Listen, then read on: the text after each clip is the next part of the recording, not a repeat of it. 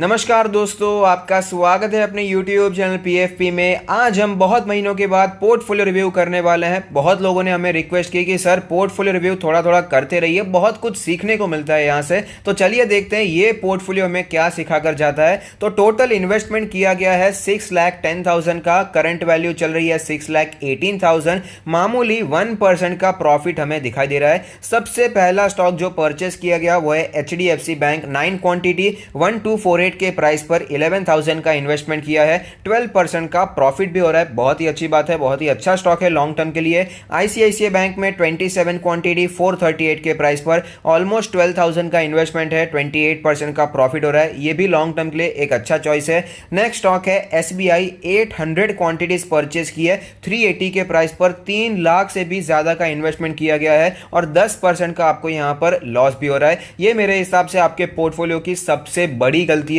लेकिन ये गलती मैं समझ सकता हूं क्योंकि माहौल कुछ ऐसा ही बन गया था। शेयर में इतनी भारी तेजी देखने को मिली थी कि पहली बार 400 रुपए के लेवल को तोड़ के स्टॉक उससे भी ऊपर जाता हुआ नजर आया था और वहां पर टारगेट आ रहे थे। कई ऐसी कमेंट्री आई कि अभी स्टॉक 600 जाएगा और तेजी आएगी, बुल टारगेट 750 है, 800 है। तो यहां पर जब भी स्टॉक थोड़ा सा गिरता है 380 पर आया तो रिटेल निवेशक को लगता है अभी ये स्टॉक सस्ता हो गया है और 700 जाने वाला है, तो यहां पर दबा करके आपने क्वांटिटी खरीद ली। लेकिन हम कंटिन्यूअसली आपको बताते आ रहे थे कि SBI एक रेंज बाउंड स्टॉक है, तो PSU स्टॉक में कभी भी वैसे भी लॉन्ग टर्म के लिए निवेश नहीं करना चाहिए, क्योंकि अभी फिलहाल बैड बैंक का जो प्रपोजल आया है उसके कारण अच्छा फायदा होगा, उसमें हम कोई ना नहीं बोलते, लेकिन जितना बड़ा बैंकिंग सिस्टम है उसके हिसाब से बैड बैंक का जो ये प्रोविजन लाया गया है कोई बड़ा नहीं है, कोई बड़ा चेंज यहां पर आपको देखने को नहीं मिलेगा। और PSU bank at last government की होती है, तो जैसे ही सरकार बदल जाती है उनके जो प्रोविजंस है वो बदल जाते हैं, उनका जो प्लान है वो बदल जाता है, तो वो सब कुछ बोझ किस पर आता है? प्राइवेट बैंक पर नहीं आता, वो ज्यादा से ज्यादा बोझ पब्लिक बैंक्स को ही सहन करना पड़ता है। इसीलिए हमें यहां पर कभी भी ग्रोथ देखने को नहीं मिलती, तो ऐसे स्टॉक में कभी भी निवेश नहीं करना चाहिए, सिर्फ पोजिशनल ट्रेडिंग करने के बारे में सोचना चाहिए। 150 के प्राइस पर, 160 के प्राइस पर हमने भी यहां पर खरीदारी की, लेकिन 300 के आसपास जब गया प्रॉफिट बुकिंग भी कर ली थी। तो यहां पर बस उसकी रेंज होती है, 200 के आसपास ही खरीदने का प्राइस है, वरना यहां पर इंटरेस्टेड मैं पर्सनली तो नहीं होता।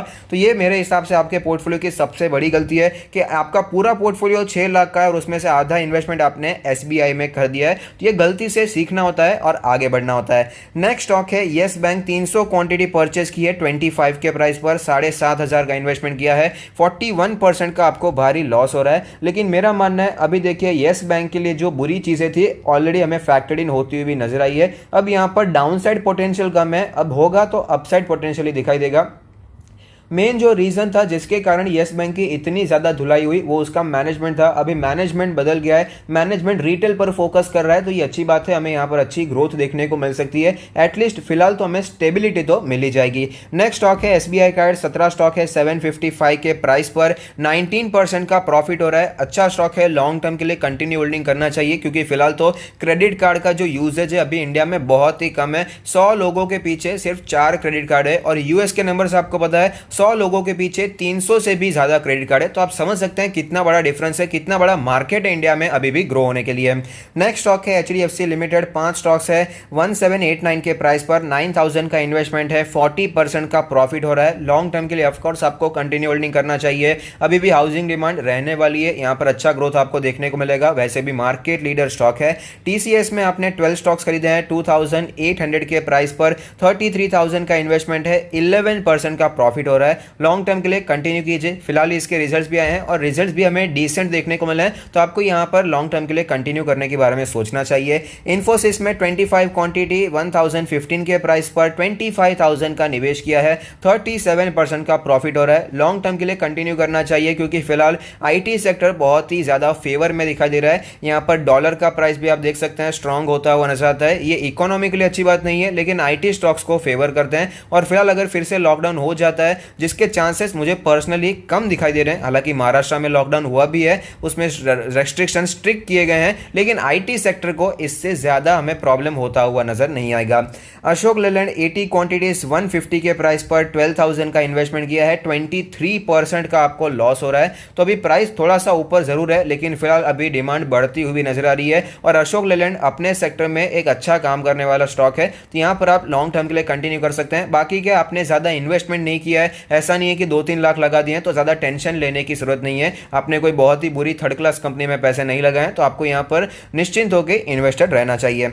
नेक्स्ट स्टॉक है महिंद्रा एंड महिंद्रा, 45 स्टॉक्स हैं, 750 के प्राइस पर 33,000 का इन्वेस्टमेंट, 8% का प्रॉफिट हो रहा है। यहाँ पर भी आपको कंटिन्यू होल्डिंग करने के बारे में सोचना चाहिए, क्योंकि एम का जो मेन बिजनेस है उसका जोर स्टॉक में जो इतनी तेजी आई 250 से 900 तक चला गया था, उसके पीछे इसके पैसेंजर व्हीकल का सेल नहीं है, सिर्फ और सिर्फ ट्रैक्टर का सेगमेंट जो है वो बहुत ही जोरदार परफॉर्म कर रहा है। मार्केट लीडर है ट्रैक्टर में और रूरल इंडिया बहुत ही अच्छा करता हुआ नजर आता है, वहां पर अच्छी ग्रोथ की अपॉर्चुनिटीज भी है। नेक्स्ट है एक्साइड इंडस्ट्री, 40 शेयर से 145 के प्राइस पर 23% का प्रॉफिट हो रहा है। अच्छा स्टॉक है, ईवी सेगमेंट में बहुत ही अच्छा परफॉर्म करने वाली कंपनी है, तो यहां पर आप लॉन्ग टर्म के लिए कंटिन्यू कर सकते हैं। स्पाइस जेट 50 शेयर हैं, 63 के प्राइस पर 3,000 का इन्वेस्टमेंट, 8% का प्रॉफिट हो रहा है। फिलहाल की सिचुएशन में एयरलाइंस को अवॉइड करना चाहिए और वैसे भी मैं ज्यादा एयरलाइंस में निवेश करने की राय नहीं देता और फिलहाल तो कोरोना की वजह से दूर रहे उतना ही अच्छा रहेगा। बाकी लास्ट डिसीजन तो हमेशा आपका ही रहने वाला है और अगर आप इन्वेस्टमेंट करना ही चाहते हैं तो भी मेरा मानना है कि स्पाइस जेट से कहीं ज्यादा बेहतर कंपनी है इंडिगो।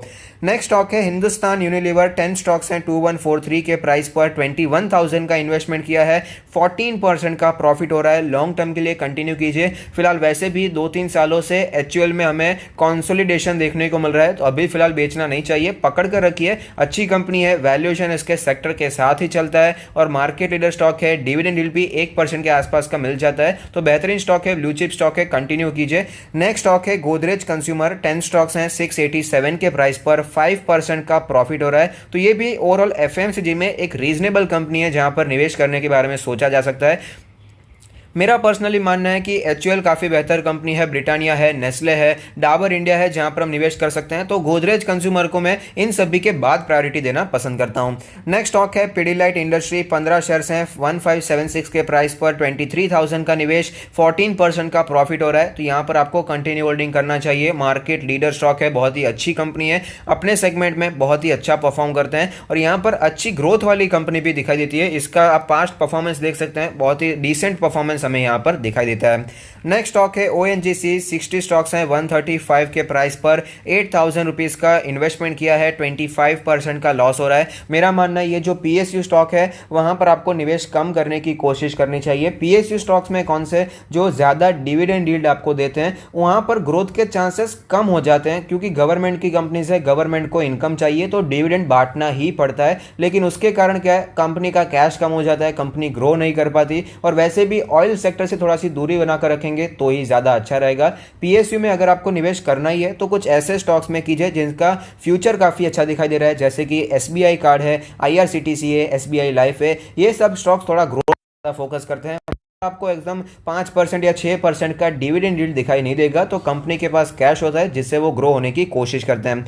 नेक्स्ट स्टॉक है रिलायंस इंडस्ट्री, 26 शेयर्स हैं, 1689 के प्राइस पर 44,000 का इन्वेस्टमेंट, 14% का प्रॉफिट हो रहा है। यहां पर भी आपको लॉन्ग टर्म के लिए कंटिन्यू होल्डिंग करना चाहिए। यहां पर काफी लोग वही तेजी एक्सपेक्ट कर रहे हैं जो तेजी मार्च क्रैश के बाद देखने को मिली। वो भाई साहब कभी कभी होती है, रोज वो तेजी नहीं आती, हमेशा वो तेजी देखने को नहीं मिलती। अगर उस तेजी का फायदा उठाना है तो पहले 1-2 साल भी करना पड़ता है। बहुत ही कम ऐसे लकी लोग होते हैं जो कि एकदम बॉटम पे चूज करते हैं और बाद में टॉप पर निकल जाते हैं, लेकिन अगर आपने कंपनी में निवेश किया है तो थोड़ी सी अड़चने तो देखने को मिल जाती है। फिलहाल रिलायंस में जो ट्रिगर थे वो सब खत्म होते हुए जा रहे हैं, इसीलिए स्टॉक भी हमें वीक होता हुआ नजर आता है। टाइटन 5 शेयर्स हैं, 1123 के प्राइस पर 5,600 रुपए का निवेश है, 36% का आपको प्रॉफिट हो रहा है। लॉन्ग टर्म के लिए कंटिन्यू कीजिए। जो सेगमेंट में ये काम करता है, अभी फिलहाल एक ट्रेंड में आपको बताता हूं, पिछले 20 सालों में पर कैपिटा इनकम लगातार बढ़ता गया, यानी कि लोगों की इनकम बढ़ी है, लोगों की डिस्पोजल इनकम बढ़ती जा रही है। और टाइटन जिस सेक्टर में काम करता है, ये जो गोल्ड ज्वेलरी है,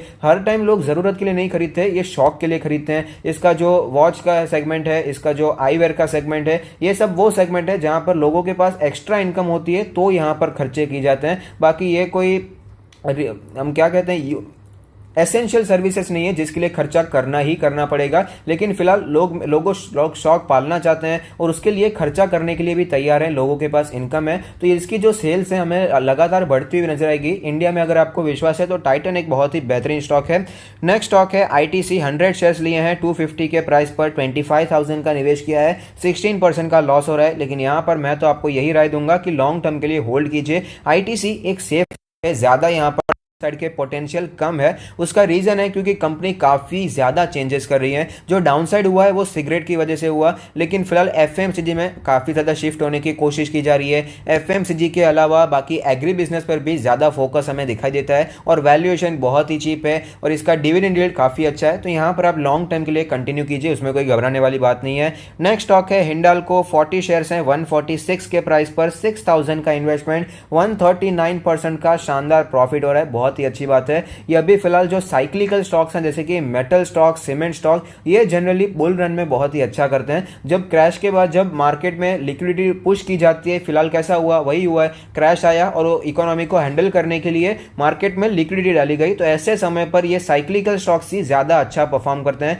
मेरा जो बेस्ट स्टॉक है इस सेक्टर में वो टाटा स्टील है, 250-280 के प्राइस में बहुत बार एक्यूमुलेट किया, फिलहाल हमें अच्छे प्रॉफिट भी दिखाई दे रहे हैं। तो ऐसे स्टॉक्स में क्या है, आपको खरीदना होता है और बाद में बेचने के बारे में भी सोचना चाहिए, क्योंकि जब साइकिल घूमती है तो ये वापस उसी लेवल पर खड़े हो जाते हैं, वापस आपको 30-40-50% का यहाँ पर करेक्शन देखने को मिल ही जाता है। मैं बोल रहा हूँ इसलिए मानने की जरूरत नहीं है, आप चार्ट्स भी चेक कर सकते हैं। ज्यादातर आप मेटल इंडेक्स ही चेक कर लीजिए, वहां पर भी आपको same similar kind of volatility नजर आएगी। तो इस बात का ध्यान रखिएगा, ट्रेलिंग स्टॉप लॉस यहाँ पर लगाना चाहिए।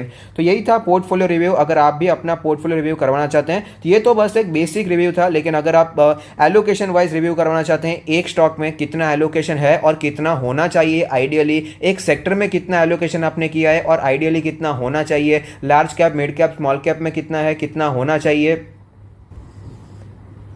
कौन से स्टॉक्स आपके पोर्टफोलियो से निकलने चाहिए, कौन से स्टॉक्स आपको यहां पर ऐड करने के बारे में सोचना चाहिए, कौन से लेवल पर आपको ऐड करने के बारे में सोचना चाहिए। अगर आप एक डिटेल्ड पोर्टफोलियो रिव्यू करवाना चाहते हैं तो उसका प्रोसीजर जानना चाहते हैं तो उसका लिंक आपको डिस्क्रिप्शन बॉक्स में मिल जाएगा। तो अगर आपको ये वीडियो पसंद आता है तो लाइक कीजिए, शेयर कीजिए, कमेंट कीजिए, सब्सक्राइब कीजिए और मुझे मोटिवेट कीजिए। Thank you, stay happy, happy investing.